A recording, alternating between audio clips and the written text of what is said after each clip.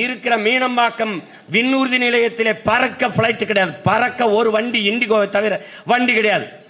பிறகு எதற்கு 5000 ஏக்கர்ல விளைநிலத்தை பறித்து ஏர்போர்ட் கட்ட வேண்டும்? யாராவது ஒருவன் சிந்தி. இருக்கிற வாவு சிதம்பரனார் நம் பாட்டனுடைய பேர்ல இருக்கிற துறைமுகத்திலும் தாத்தா காமராஜ் பேர்ல இருக்கிற துறைமுகத்திலும் 40-50 விழுக்காடுகள் தான் வேலை நடக்கிறது. எந்த கப்பல் சரக்கை இறக்காமல் தவித்துக் கொண்டு நிற்கிறது, எந்த சரக்கு ஏற்றுமதி செய்ய முடியாமல் தவித்துக் கொண்டிருக்கிறது. பிறகு எதற்காக 6111 ஏக்கரிலே காட்டுப்பள்ளியிலே துறைமுகம் என்று அறிவார்ந்த தம்பி தங்கைகள் கேளுங்கள், எதற்காக? யாருடைய வளர்ச்சிக்காக? அந்த துறைமுகத்தை 6111 ஏக்கர்ல கட்ட போறவர் யார்? அதானி. ஒரு தனிப்பட்ட முதலாளியின் வளர்ச்சியை ஒட்டுமொத்த நாட்டு மக்களின் வளர்ச்சி என்று கட்டமைப்பதை எப்படி நீங்கள் ஏற்கிறீர்கள்? எப்படி ஏற்கிறீர்கள்? ஒரு முதலாளி வளர்ந்தால் நாடு மக்களும் வளரும் என்பதை எப்படி நம்புகிறீர்கள்?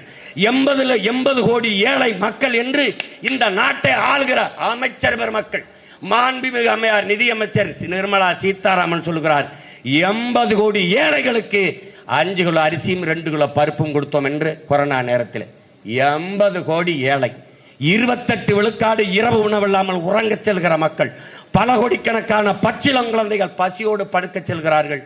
என் அன்பு உடன் பிறந்தவனே, பல கோடிக்கணக்கான குழந்தைகள்